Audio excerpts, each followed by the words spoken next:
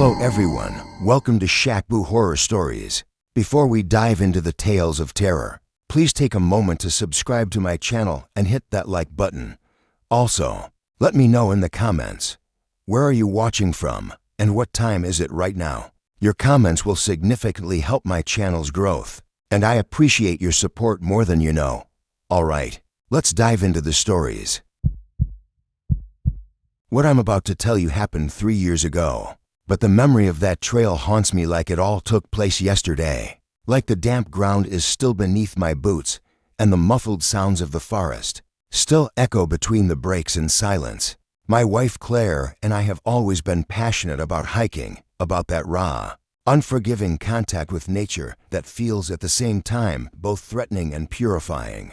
Before our daughter was born, we'd already hiked several stretches of the Appalachian Mountains, from the more popular sections in North Carolina to the denser, more remote trails in West Virginia. But as you'd expect, after Leah was born, everything came to a halt. That first year of our daughter's life was a non-stop cycle of sleepless nights, diapers, crying, and exhausted smiles that reminded us that love sometimes is also exhaustion. It was only after her first birthday, when we finally felt like she was strong enough and we were at least somewhat recovered from the intensity of that first year, that we decided to pick up our tradition again. We planned a week of hiking and camping along the Ron Highlands, a section we both knew only vaguely, but were drawn to because of its remoteness and the almost unreal beauty of its landscapes. We knew there were busier trails, safer ones, you could say, but we wanted that feeling again, that quiet, solitary connection to the forest, far from noisy crowds and the occasional hiking families. We missed the pure silence, the sound of our own footsteps, the crackle of the campfire at the end of the day. Like I said, we'd been to that part of the country many times. We were familiar with the folklore that surrounds those mountains. And yeah, we had a scare or two before, but nothing that ever felt truly alarming or that couldn't be explained in some logical way. I also think what happened to us could have happened anywhere, even right in the middle of a city. But the isolation of those mountains and the number of disappearances that happen out there just make what we went through even more disturbing. It was early spring, and for the first couple of days, we crossed paths with a few people, always friendly. Some hiking alone, others in pairs. Most just gave a quick hello. But there was one couple that came up to us a little more insistently. I remember them clearly. The woman had curly red hair and wore a dirty straw hat, and the man, way too tall and skinny, had a scruffy beard and eyes that were way too alert, like he was constantly on edge or high on something. They asked us questions, not exactly weird, but oddly specific. How long we'd been out there, if our daughter slept okay in the tent, whether we weren't afraid of wild animals, if she was eating well. The woman, in a move she tried to pass off as affectionate, even reached out like she wanted to hold Leah. Claire instinctively took a step back and smiled, but didn't budge. It was one of those moments where everything seems perfectly normal, but your body feels something your brain hasn't figured out yet. A quiet tension, like the air suddenly got thicker. Moms especially seemed to have a sixth sense for danger. When we walked away, we whispered to each other that there was something off about them, but tried to play it down. Maybe they were just quirky. Maybe it was the fatigue messing with our perception. Maybe we were just being overprotective. On the third night, we set up camp in a small clearing we'd found about 500 meters off the main trail, hidden among tall trees and a bed of moss that seemed to absorb every sound. It was a beautiful, peaceful spot with enough room for the tent, the fire, and a designated area where we hung our food from a branch just in case to keep it out of reach from bears or other curious animals. Nothing felt out of place, and both of us slept deeply, a rare thing since our daughter was born. But in the morning, when we stepped out of the tent, we realized something had changed. The ground, still damp from the morning dew, was covered in footprints. Human ones. Not just one or two, but several. Like more than one person had walked around our campsite during the night. And the most unsettling part was noticing that Leah's things, her bottle, her little silicone plate, her small colorful utensils were gone. The food was untouched exactly as we'd left it, but her personal specific items had been taken. That was the moment the feeling of danger became real. Claire went pale, her eyes full of panic, whispering that she was sure it had been them. That couple we'd run into. I tried to stay calm, to rationalize it, to think of another explanation, but deep down, I already knew she was right. An animal hadn't taken those things. It was intentional, deliberate. Someone had watched us, knew where our daughter slept, had come close to her, and to us during the night. We made the immediate decision to head back. We were still 3 days away from the car, but we came up with a plan to make it back in just 2, even if it meant wearing ourselves out. We knew we'd have to spend one more night in the forest, and in that context, it turned into pure anxiety. We decided to take shifts. One of us would stay awake while the other rested. Claire insisted on taking the first shift. She's always had a harder time falling asleep early. And I, still exhausted from the hike, lay down with Leah, trying to get some rest, even with the weight of worry pressing down on me. But I woke up earlier than expected. Claire came into the tent shaking, saying she'd heard footsteps, that someone was out there standing in a thick patch of vegetation where the light from our fire and flashlights couldn't reach. She handed me the gun, a pistol we only brought as a last resort, and I left the tent like a cornered animal. I yelled into the woods that I was armed, that I wouldn't hesitate to protect my family, but the only response was absolute silence. I stayed on high alert for 2 hours, eyes locked on the darkness, ears straining for even the slightest sound. And then, without realizing it, I fell asleep. Exhaustion won, and I still hate myself for that. I woke up to screaming, Claire yelling my name, the sharp sound of hurried footsteps, and a woman. The same woman, pointing my own gun at me. The man had half his body inside the tent. It all happened in seconds. I grabbed a handful of ash from the still warm fire and threw it in her face. She screamed and pulled the trigger, but the shot missed. It was just enough time for me to knock the gun out of her hands with a blow to the nose.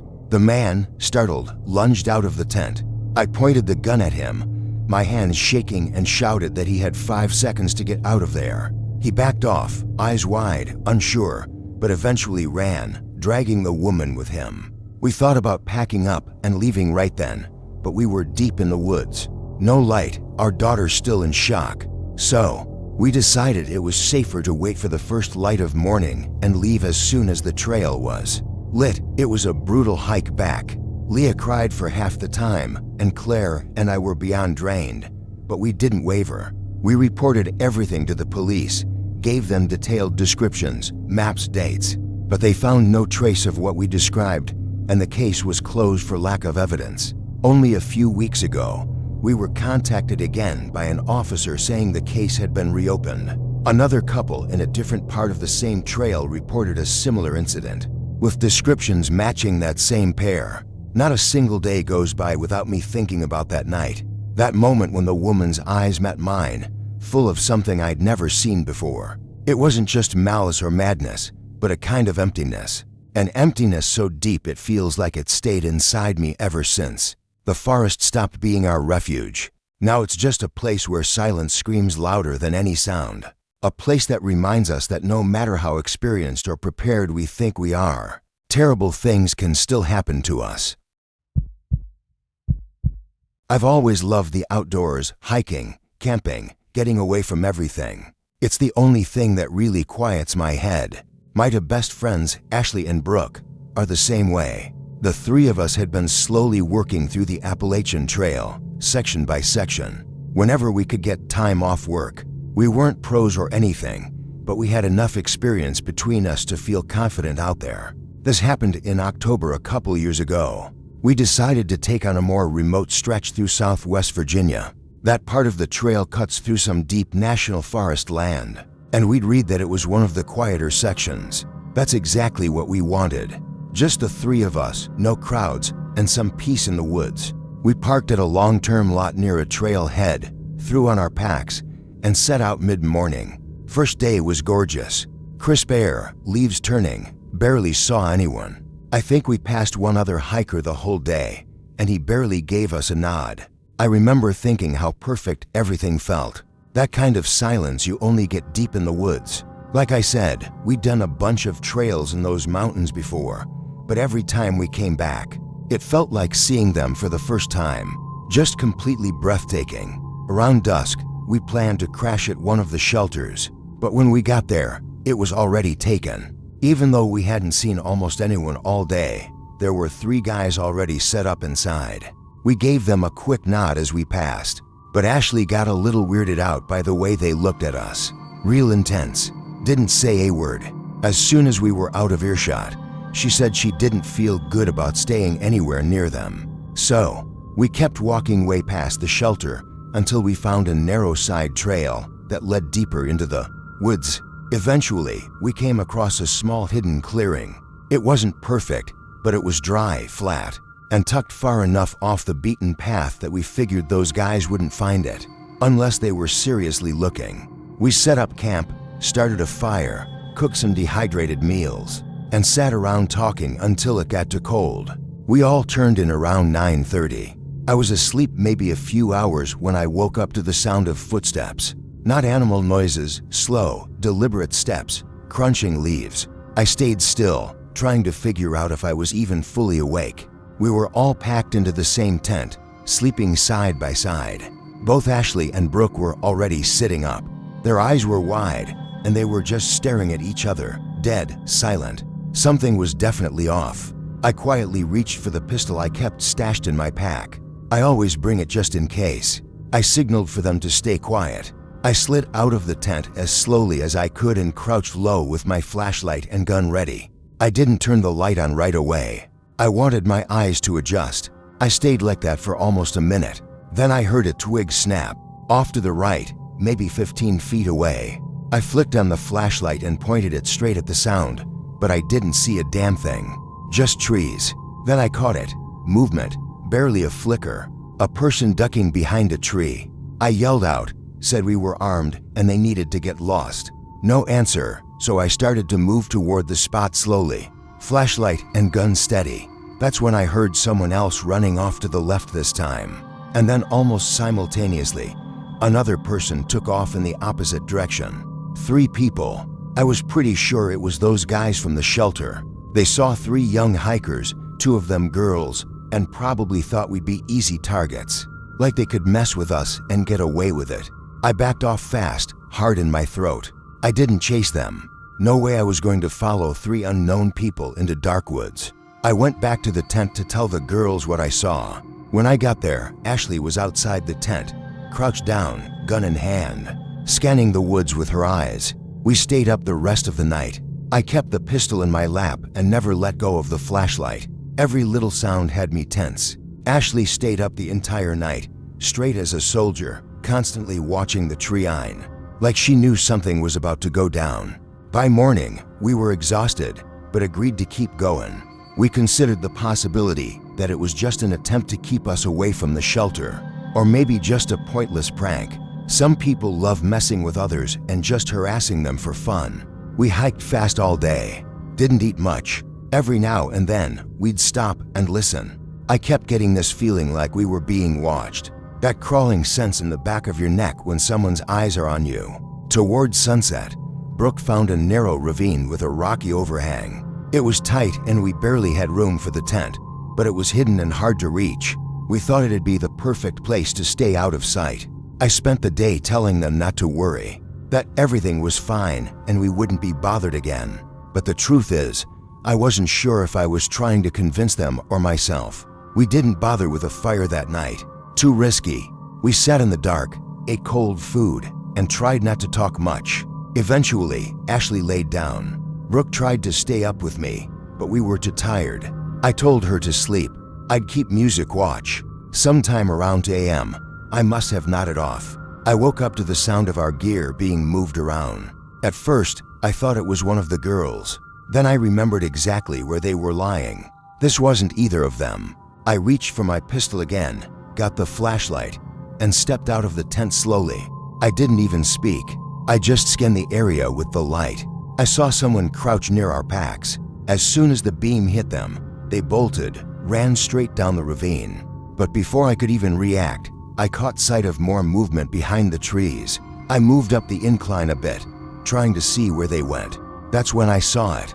For lights, they were down near a creek bed, maybe 50 yards out.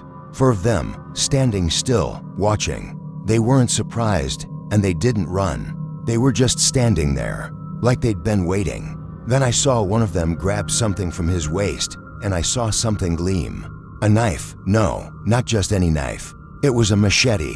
Everything happened too fast. I pointed my gun straight at them. Then I heard a shot, but I hadn't fired.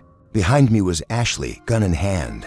No hesitation. She'd fired a warning shot into the air, but everyone knew the next one wouldn't be a warning. I backed away slowly while Ashley kept her gun aimed at them. I ran to the tent, shouting at Brooke to grab whatever she could. We were leaving, and we were doing it right now. I explained it wasn't just 3 people out there, but more. Someone was stalking us, and from the glimpse of that machete, it didn't seem like they just wanted to rob us. We hiked through the rest of the night. No trail, just straight through brush and trees. We didn't stop. The next day, we kept going. We were scratched up, bleeding, barely ate. At one point, I turned around and thought I saw someone way off in the trees behind us, just standing there. We didn't stop until almost 36 hours later when we got back to the road and flagged down a truck to stop. Thankfully, he didn't hesitate and let us in. To this day, I don't know what those people wanted. They weren't trying to rob us. They knew we were armed. They still kept following us, tracking us. There's something wrong out there in those woods. Not supernatural, just people. People who've let that kind of isolation twist them into something else. Obviously, everything was reported to the police, but to this day, we haven't heard a thing.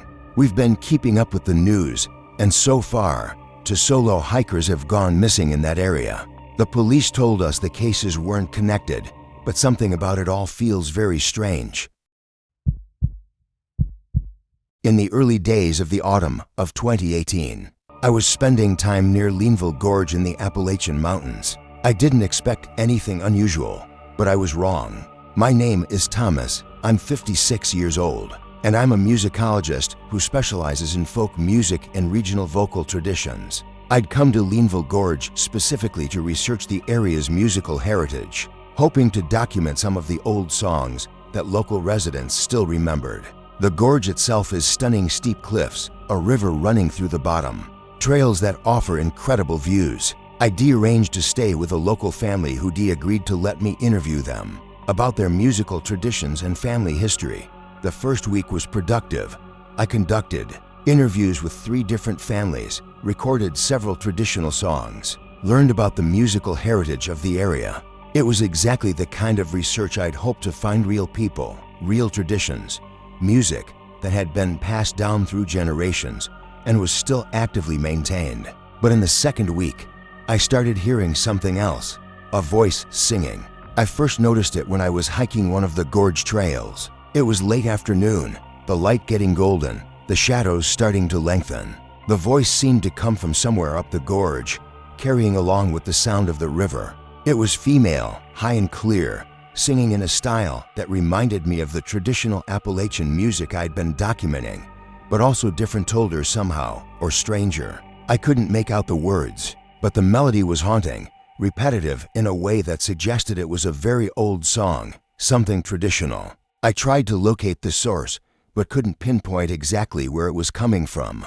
The sound seemed to echo off the gorge walls, bouncing around, making it impossible to determine direction. I mentioned it to the family I was staying with that evening. The man, who was in his 70s, got very quiet. "You heard singing?" his wife asked. "In the gorge?" "Yes, up toward the upper canyon." "Beautiful voice. I'm wondering if there might be other singers in the area I haven't documented yet." The couple exchanged a look. "There's singing in the gorge sometimes," the man said carefully, "but it's usually at night, and people who follow it tend to get lost." "Lost?" I asked. "The gorge is treacherous at night," he said. "Steep drops, slick rocks, places where a person can fall pretty easily. Few people who've tried to follow the singing at night have made it back out without incident." I told him I'd only been hearing it during the day, and that I had no intention of following it anywhere. But I was intrigued. The idea that there might be a traditional singer I hadn't documented yet,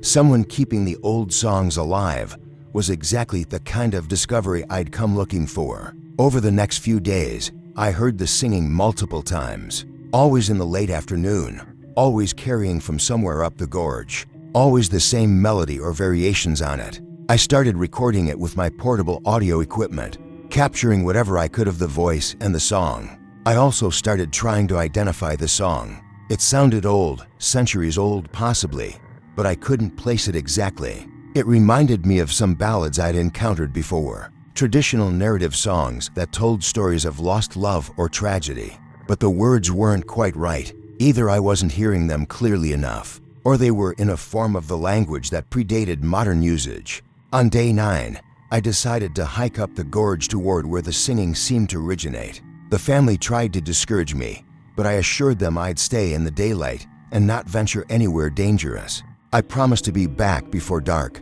I hiked into the upper section of the gorge, following the river and the trails. The singing got no closer, but also didn't get further away. It seemed to maintain the same distance, always just ahead, always just out of reach. I hiked for several hours, further than I'd planned to go. The gorge became more narrow, the walls steeper. In some places, the trail was treacherous narrow ledges with long drops to the river below. I should have turned back, but I could hear the singing more clearly now. I could almost make out words, and I was certain that if I could just get a little closer, I could identify the song and perhaps locate the singer. The light was getting golden, shadows stretching across the gorge, when I finally stopped and really listened to what I was hearing. The words became clear enough to understand. It was a story, a narrative in old Appalachian dialect or something older still. A song about a woman, a betrayal, a death. It was the kind of ballad that had probably been around for hundreds of years,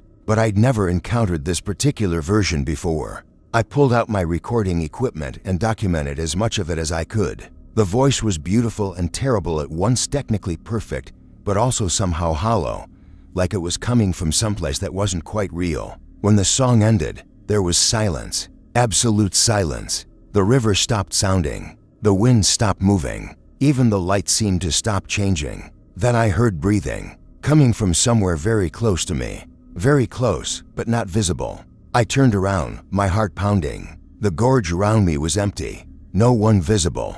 Nothing obvious that could be breathing so close I could hear it over the sound of my own rapid heartbeat. I didn't stay to investigate. I turned and hiked back down the gorge as fast as I safely could, moving through the fading light, trying not to look behind me. I could still hear breathing, following me, matching my pace. By the time I got back to the family's house, it was dark. They took one look at me and asked if I'd been in the gorge. When I nodded, they didn't ask any more questions. They just told me to sit down and gave me a strong drink. The next day, I was sick. High fever, severe headache, weakness. I stayed in bed for 2 days while the family took care of me. On the 3rd day, the fever broke, and I felt well enough to travel. I packed my equipment and left Leanville Gorge. But before I left, I tried to review the recordings I'd made of the singing. They were corrupted somehow, unplayable. I tried different audio software, different devices, but the files wouldn't open or played only as noise, static, and distortion instead of the clear Voice ID recorded. I've spent the years since trying to identify that song. I've consulted with other musicologists, examined historical ballad collections, researched Appalachian folk traditions extensively. I've never found the song anywhere. It's as though it exists only in that gorge, sung by a voice that shouldn't be there, a melody that predates our current understanding of musical tradition. And sometimes, in the quiet moments before sleep, I can almost hear it again. That beautiful, hollow voice, singing words I almost understand, telling a story I'm not sure I want to know. I suspect that whatever that was, it's still in Leanville Gorge, still singing in the late afternoons, still trying to lead people deeper into the canyon. And I suspect it will be there long after I'm gone, maintaining a tradition that no one can quite remember, and that everyone who encounters it wishes they could forget.